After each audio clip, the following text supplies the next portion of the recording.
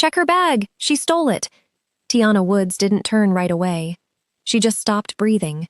The black crocodile handbag sat against her chest, like it had always belonged there. Because it had. Across the marble floor, a woman in maroon was already moving. Fast, certain. You! She jabbed a finger through the air. That bag was reported missing an hour ago. The music kept playing. Nobody else moved. Tiana finally turned. Slow. This bag? She said. Oh. The woman's voice cracked like a whip. Don't stand there and lie to my face. I bought this myself. With what money? The woman's mouth curled. Girls like you don't buy bags like that. You take them. The circle around them tightened. Tuxedos, silver gowns, fingers rising, pointing, all aimed at one person. Tiana's grip on the handbag went white-knuckled. Say that again? The woman didn't hesitate. Her hand shot out and closed around the strap. Everything stopped. The bag jerked.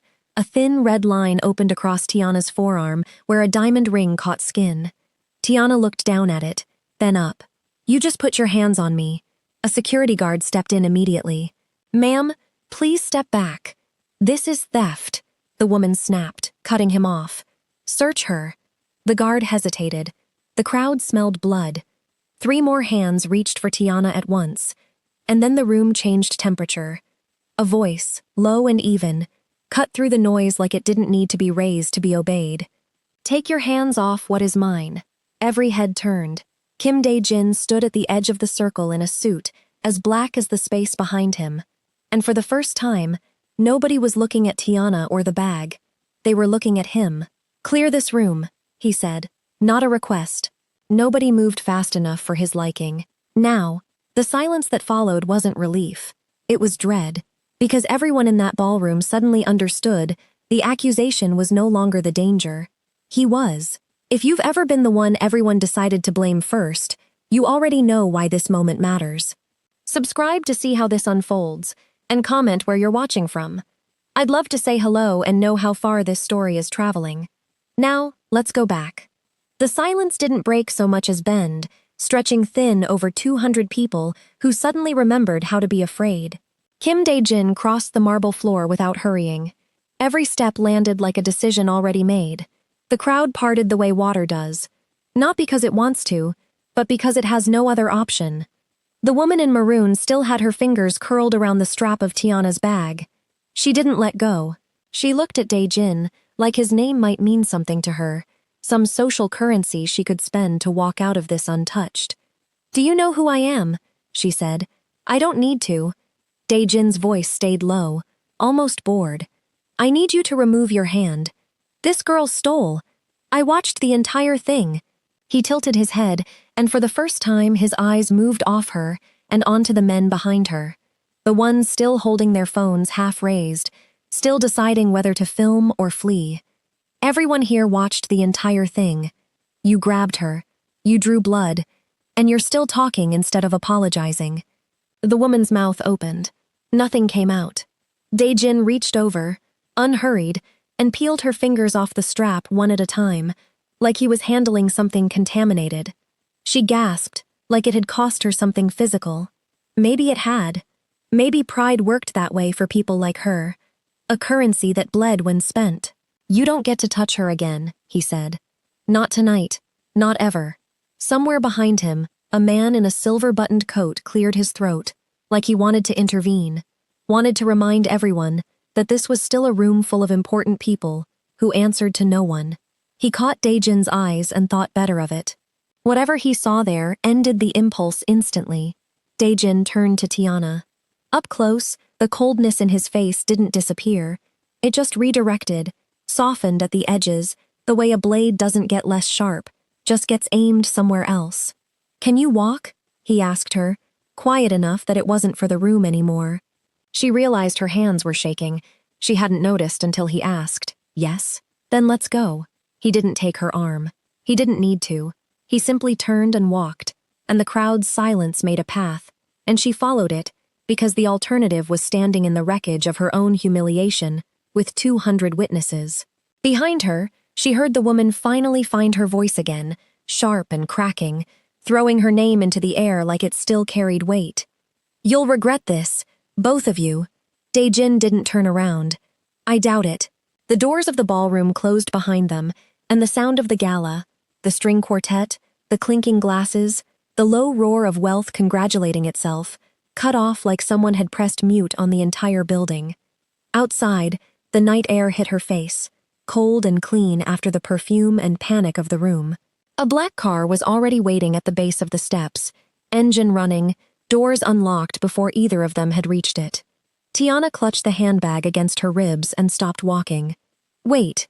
DaeJin turned, one hand on the open door. I don't know you, she said. I don't know why you did that. I don't know where that car goes. You're right. He held her gaze, steady, unbothered by the accusation underneath her words. You don't know me, but you know what would have happened in there if I hadn't. She didn't answer, because he wasn't wrong, and they both knew it. Get in, he said, or stand out here and wait for her security to come finish what she started. It wasn't a threat. It was worse. It was simple math, and she hated that it worked on her. She got in. The car pulled away from the curb before the door had fully clicked shut, gliding into traffic like it had been built for exactly this. A clean, silent exit from a scene that should have been chaos. Tiana sat with the bag in her lap, both hands pressed flat against the leather like she could keep whatever was inside from escaping. Who are you? She said. Not a question. A demand dressed as one.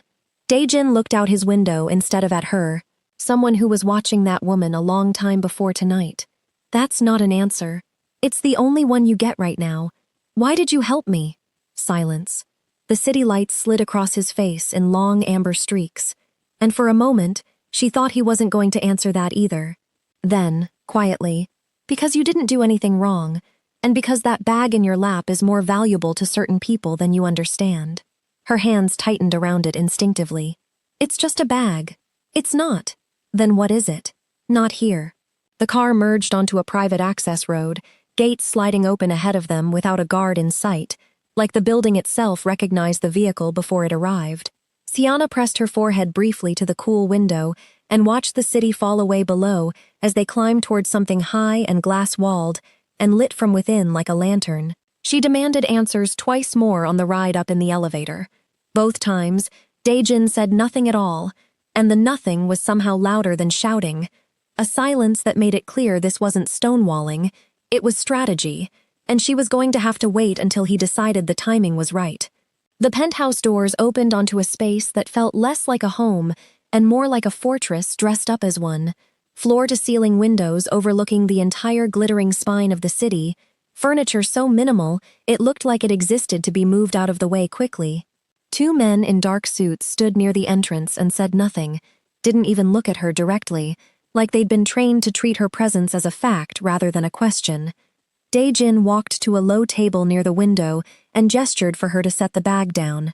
I want to know what's going on, Tiana said. Right now, before anything else. He studied her for a moment, really studied her.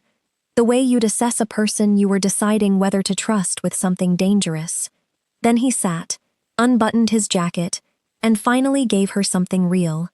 3 months ago, a ledger went missing from a syndicate account tied to that woman's family. Not money, records, names, dates, transactions that would end careers and marriages and possibly lives if they surfaced in the wrong hands. He nodded toward the bag.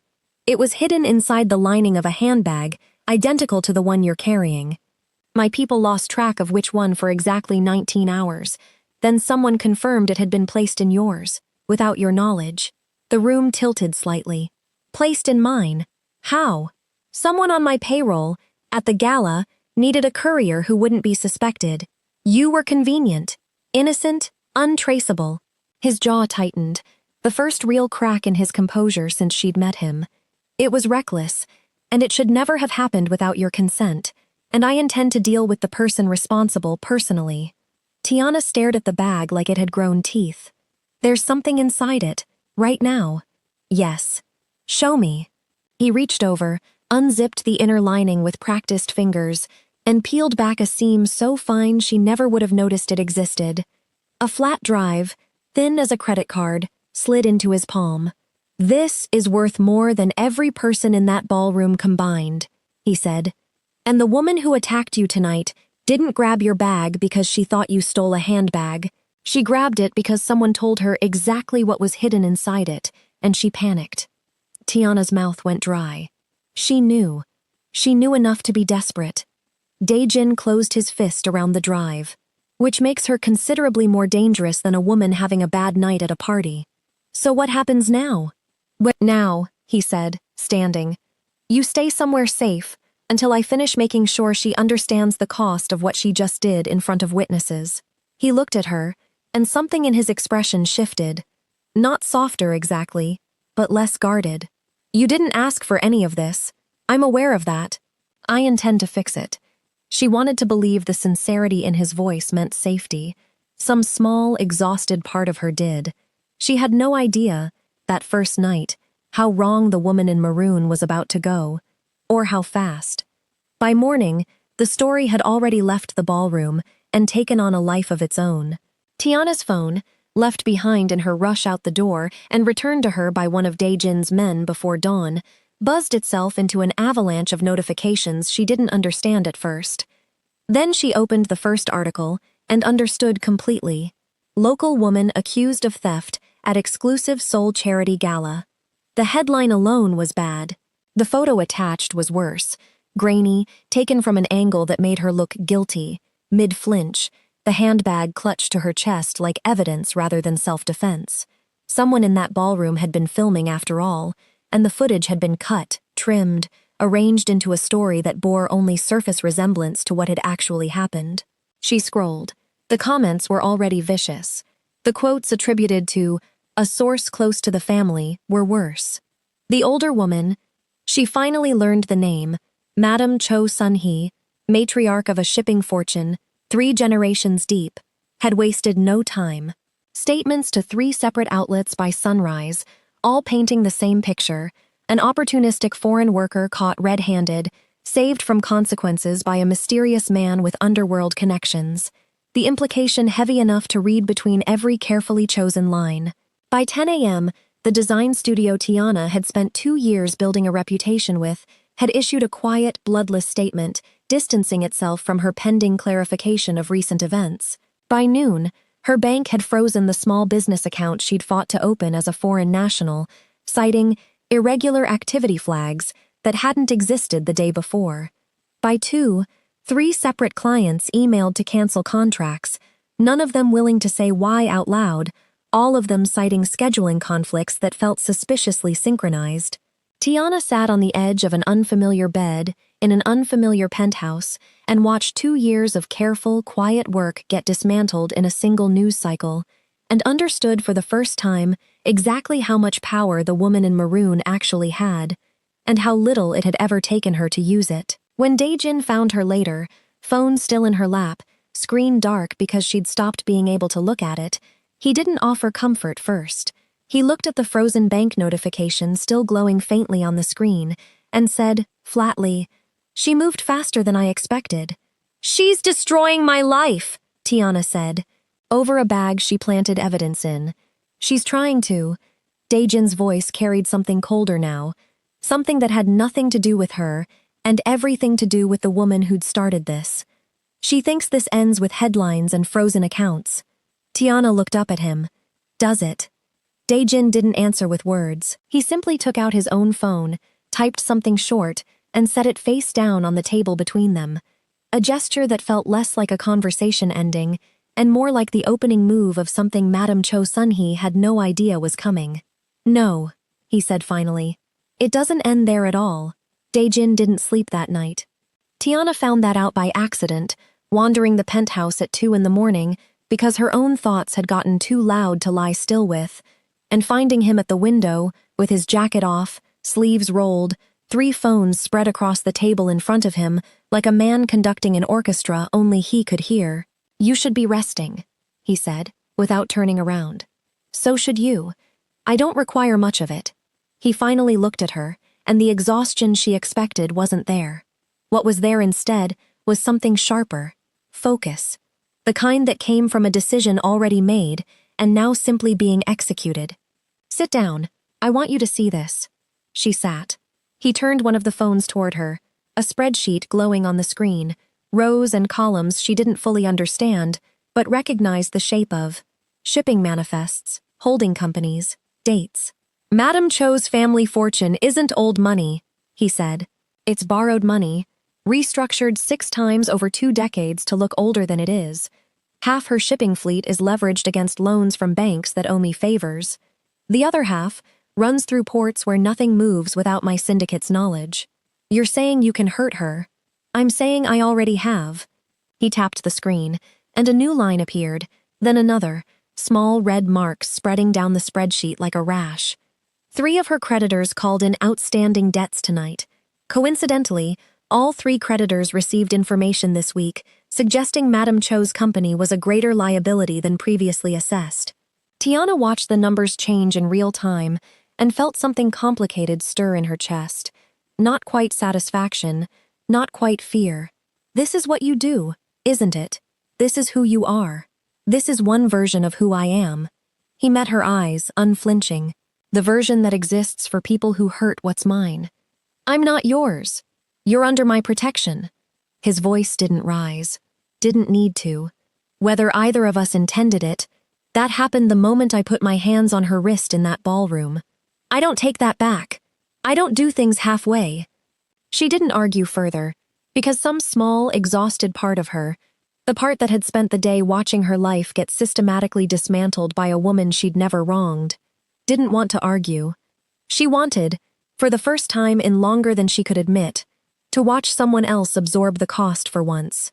By morning, 3 of Madame Cho's board members had resigned without explanation.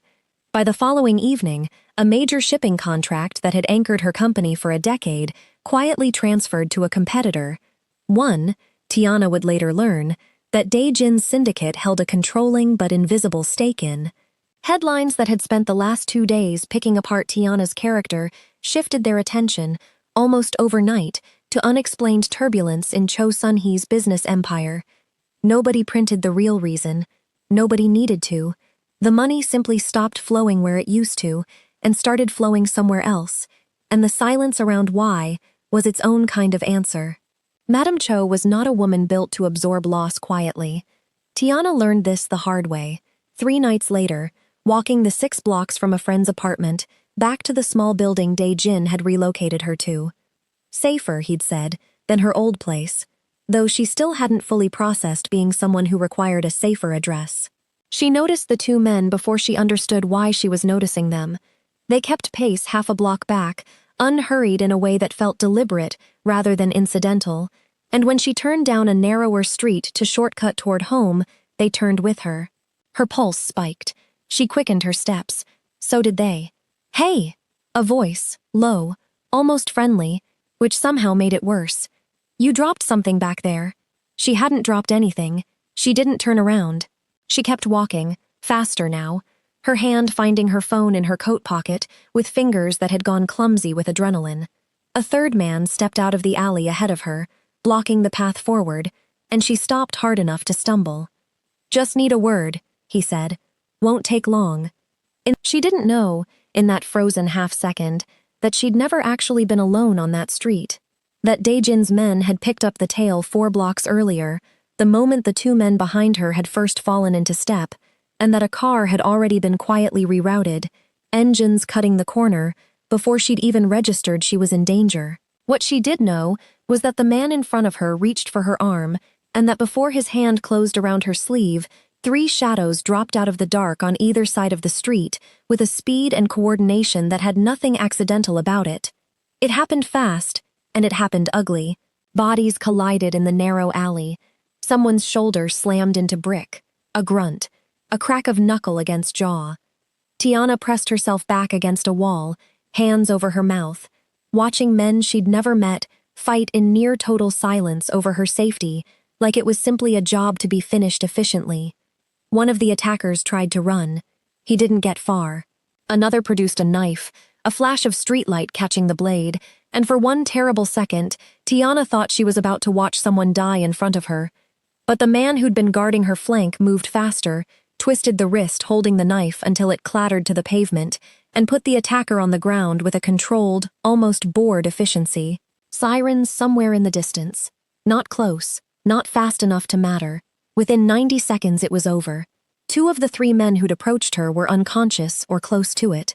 The third had fled into the dark, and she heard, distantly, the sound of a car peeling off in pursuit. A hand touched her shoulder gently, and she flinched hard before recognizing the face. One of DaeJin's men, the quiet one who'd driven her that first night, blood on his knuckles and no visible reaction to it at all. "You're safe," he said. "Mr. Kim is on his way." DaeJin arrived within 10 minutes, and the fury on his face when he saw the scene, Tiana shaking against a wall, 2 men bleeding on the pavement, the whole ugly proof of what had almost happened, was unlike anything she'd seen from him yet. Not loud, worse than loud. A stillness that felt like the eye of something enormous. "Are you hurt?" he said, crouching in front of her, hands hovering like he wanted to check for himself, but was making himself ask first. "No, No." Her voice cracked anyway. "They tried to grab me. I know." His jaw worked. "I know exactly who sent them. How? Because amateurs don't send 3 men to jump a woman on a residential street unless someone paid them badly and quickly, out of panic rather than planning." He stood, and something in the set of his shoulders had gone from controlled to something closer to lethal.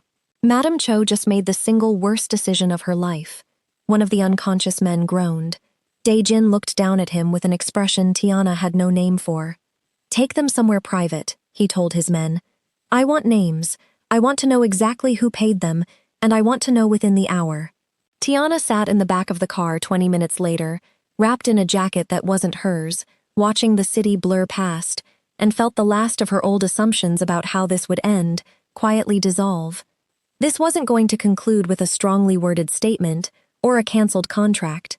Madame Cho had just tried to have her hurt in the street, and whatever DaeJin had been holding back until now, she understood without being told, had just run out. "What happens to her?" Tiana asked quietly. DaeJin, beside her, didn't look over immediately. "She's going to learn exactly what it costs to touch something that belongs to me." The confirmation came within the hour, exactly as DaeJin had promised. The man his people caught, cornered 2 blocks from the alley, dragged into a car with far less gentleness than he'd shown Tiana, gave up the payment trail within minutes of being asked. It wasn't loyalty that broke him. It was the calculation, plain on his face, that whoever had hired him for a few 100,000 won wasn't going to protect him from what came next, and the man standing in front of him clearly could ruin his entire life with a phone call. The money traced back through 2 shell accounts and 1 panicked, badly timed cash withdrawal to a private banker who'd been quietly servicing Madame Cho's family for 11 years. DaeJin had the full picture assembled by sunrise. 3 local enforcers, paid in cash, given a photo of Tiana and an address, told only to rough her up enough to send a message. No further instructions on what the message was supposed to say. Madame Cho hadn't needed to spell it out.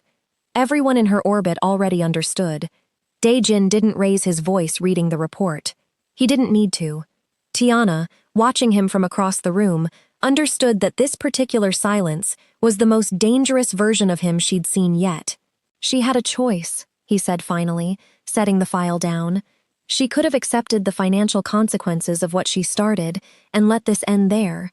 Instead, she chose violence against you personally." He looked up. "That changes what happens next considerably." "What does that mean?" "It means this stops being about money." His eyes were flat, calm, terrifyingly certain. "It's time she and everyone who stood in that ballroom pointing fingers at you understand exactly what they participated in." Tiana felt something twist in her chest. Fear, yes, but underneath it, something she hadn't expected. A kind of grim, exhausted relief.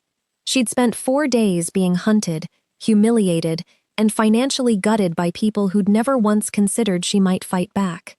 Watching DaeJin's face now, she understood that fighting back had stopped being a metaphor. "I want to be there," she said. "Whatever you're planning, I want to see it."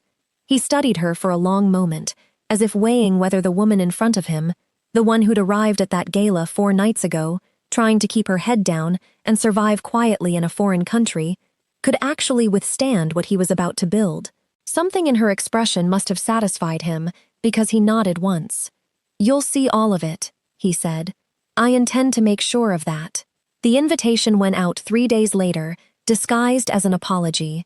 It arrived at Madame Cho's residence, and at the residences of 6 of the men who'd stood in that circle pointing fingers, each letter identical in its careful, formal Korean, each one claiming to represent a discreet mediator willing to broker a private settlement, a chance to resolve recent unfortunate misunderstandings, quietly, away from press, away from further embarrassment, in exchange for a modest financial gesture toward the young woman they'd wronged. It was, of course, exactly the kind of face-saving exit Madame Cho and her allies had been quietly hoping for. Their public statements had grown thinner and more defensive by the day, their financial situations tightening in ways they didn't fully understand yet, and an offer to make the entire embarrassment disappear for a price was, to people like them, the most natural resolution in the world.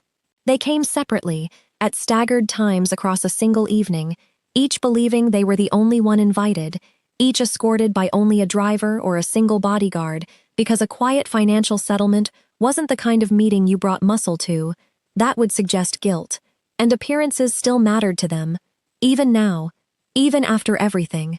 The address led to a warehouse on the industrial edge of the port district, officially registered to a logistics company that had, until recently, been one of Madame Cho's most reliable shipping partners. She didn't know yet that the company had quietly changed hands. She wouldn't find out until she was already inside. Madame Cho arrived last, in a car with tinted windows and a driver she'd trusted for 15 years, wearing a deep charcoal dress and an expression of controlled irritation rather than fear.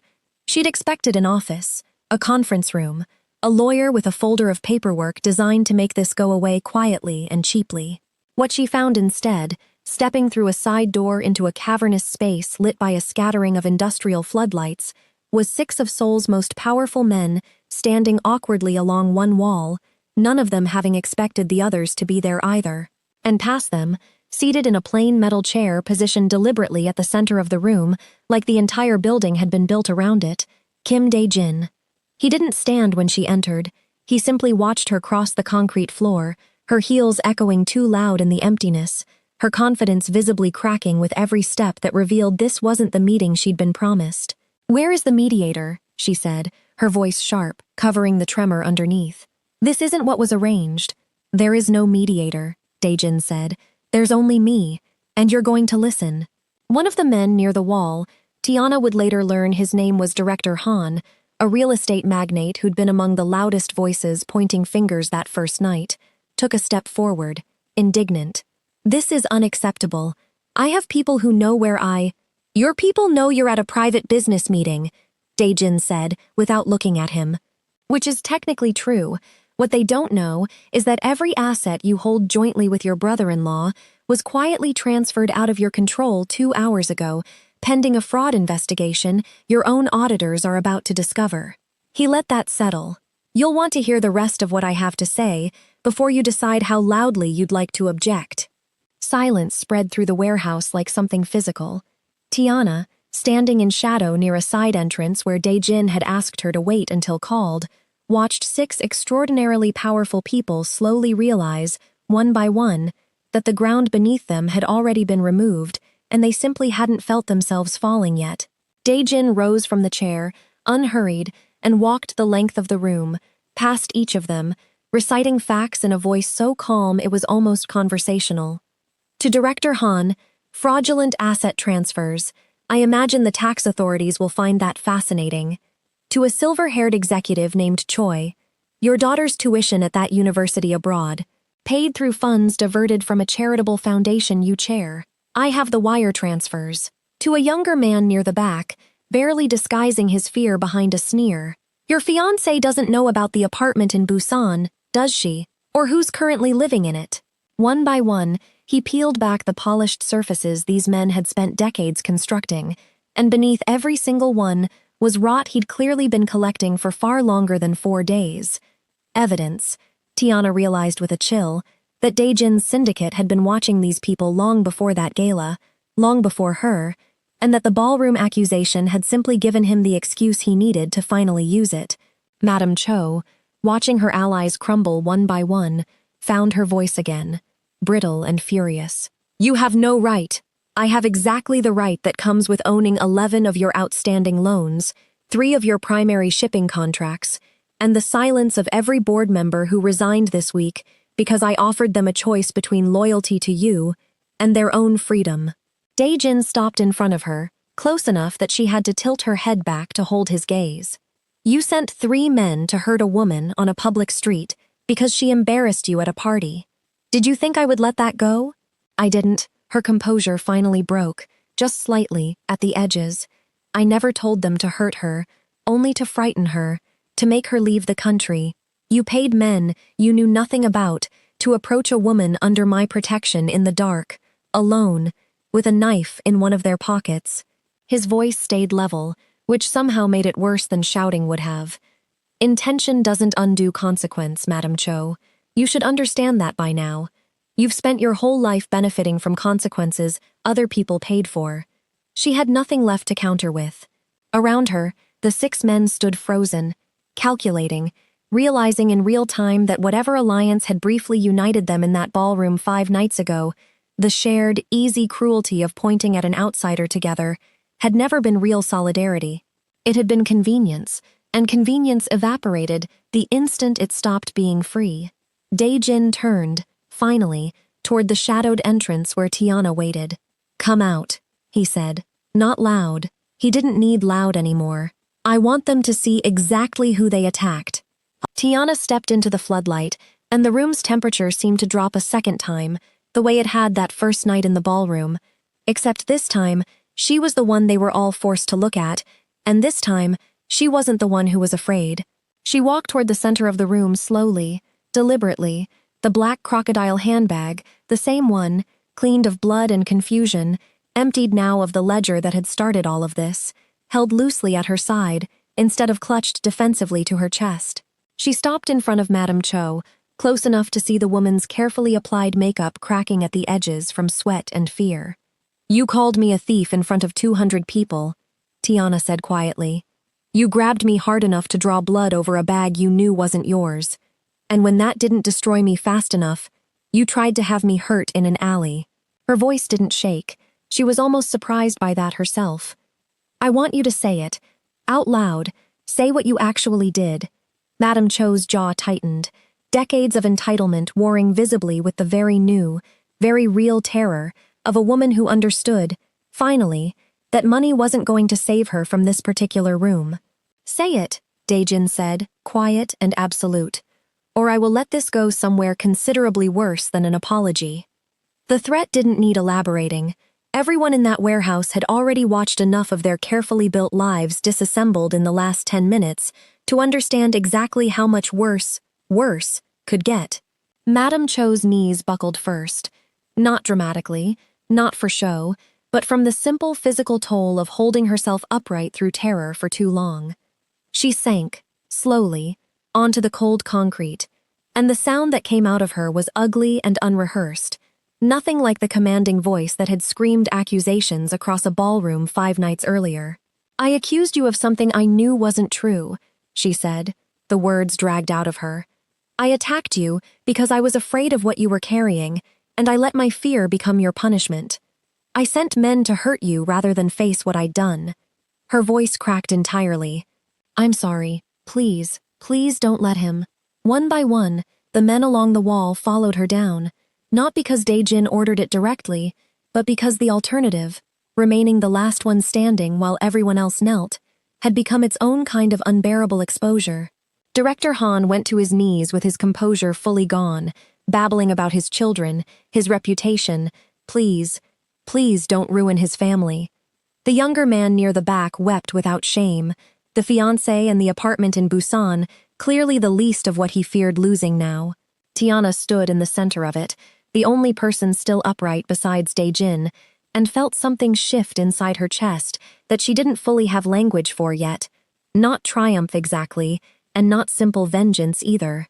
Something closer to the settling of a scale that had been violently, publicly unbalanced, finally leveling out. DaeJin watched her, waiting. Not for permission. She understood by now that he didn't operate that way, but for her decision. This moment, unlike every other moment since that ballroom, belonged entirely to her. "Please," Madame Cho whispered again, forehead nearly to the concrete now. "Whatever you want. Money, a statement, anything." Tiana looked down at the woman who'd tried to destroy her over a lie, who'd frozen her accounts and poisoned her name, and paid strangers to hurt her in the dark, and felt the old instinct rise first. The instinct that had always told her logic and mercy were the same thing, that being good meant being forgiving, that she had to prove she was better than the cruelty done to her by absorbing it gracefully. But she'd learned something in the last 5 days that she hadn't fully understood before. Mercy without consequence wasn't goodness. It was just another way of letting people like this believe they'd never truly have to answer for anything. "I'm not going to hurt you," Tiana said finally, and heard the room exhale, heard DaeJin go very still beside her, watching to see what she would do with the power he'd handed her. "Not because you deserve mercy, because I refuse to become the kind of person who needs to hurt someone to feel whole again. That's the difference between us." Relief flooded Madame Cho's face, premature and desperate. "But you will never set foot in this city again," Tiana continued, and watched that relief curdle instantly back into fear. "Any of you, your businesses, your assets, whatever remains of them once this is finished, you'll liquidate what you can, and you'll leave, quietly, permanently, and you will never speak my name in public again. And if you do, I understand now exactly what kind of consequence is available to me, and I won't hesitate a second time to use it." She looked at DaeJin, and something passed between them. Not a question, but a confirmation.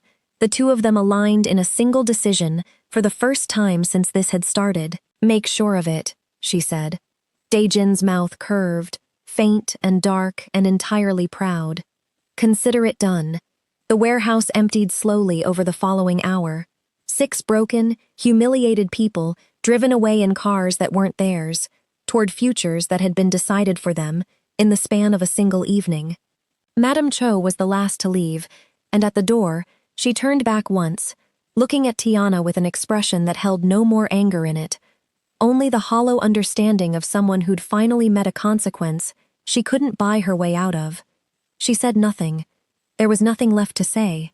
She walked out into the dark, and the door closed behind her, and within the month, according to the reports DaeJin's people quietly compiled, her shipping empire had been sold off in pieces, her name scrubbed from every board she'd once sat on, her residence in Seoul listed for sale by an agent who never once mentioned why the family was leaving.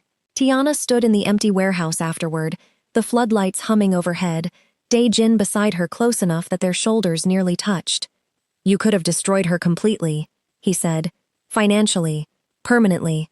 I gave you every tool to. I know. Why didn't you?" She thought about the woman on the ballroom floor 5 nights ago, and the woman on her knees on cold concrete tonight, and understood that both versions of Madame Cho had been consumed by the same hunger, the belief that cruelty, freely given, never had to be repaid. "Because I refuse to let what she did to me decide who I become," Tiana said. "I want to walk out of this stronger, not colder." DaeJin looked at her for a long moment, something unguarded moving across his face that she hadn't seen from him before. Not the controlled menace of the man who'd dismantled 6 lives in 10 minutes, but something quieter, something that looked almost like relief. "That," he said, "is exactly why I chose to protect you in the first place." Outside, the car was waiting, engine idling in the cold night air, the city glittering beyond the warehouse district like nothing had happened, like 6 powerful lives hadn't just ended in the span of an evening. Tiana held the black crocodile handbag loosely at her side, empty now of secrets, and walked toward the car beside a man the entire city feared, no longer the frightened outsider who'd been dragged backward by her hair 5 nights ago in a ballroom full of strangers. She was something else now, something the elites of Seoul would learn, very quickly, not to underestimate twice. DaeJin opened the car door for her, and before she stepped inside, she looked back once at the warehouse, at the floodlights still humming over empty concrete, at the last physical trace of the world that had tried to break her. "What happens now?" she asked. "Between us." He considered the question with the same weight he gave everything, unwilling to offer an answer he didn't fully intend to keep. "Now," he said, "you decide how much of my world you're willing to stand in. I won't force any of it on you, but I'm not letting you go either. She held his gaze, steady, unafraid in a way she hadn't been capable of 5 nights ago. Then I suppose, she said, we're both going to find out. She got into the car. He closed the door behind her, circled to the other side, and slid in beside her, and the vehicle pulled away from the warehouse into the dark, carrying them both toward whatever came next. No longer a frightened woman and the shadow who'd saved her, but 2 people who'd built something neither of them had planned for, out of blood, consequence, and the particular kind of loyalty that only survives the worst nights. If you've ever watched the people who wronged you finally answer for it, you already know exactly why this moment matters. Thank you for staying with Tiana and DaeJin's story, from that first scream in the ballroom all the way to tonight.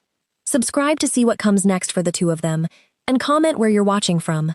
I'd love to say hello, know how far our story has gone.